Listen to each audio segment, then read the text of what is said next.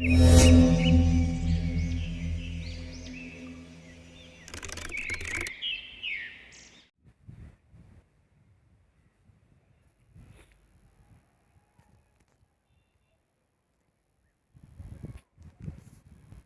ಶಾಟನೂ ಇಲ್ಲ.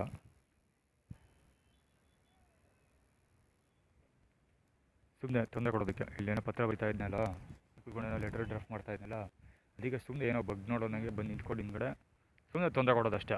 ಡೈವರ್ಟ್ ಮಾಡೋಕ್ಕೆ, ನನ್ನ ಮೈಂಡ್ ಡೈವರ್ಷನ್ ಮಾಡೋದಕ್ಕೆ. ಮತ್ತೆಂಥ ಆಟಗಳು ಆಡ್ತಾರೆ ಅಂದ್ಬಿಡಿ ಜನಗಳು.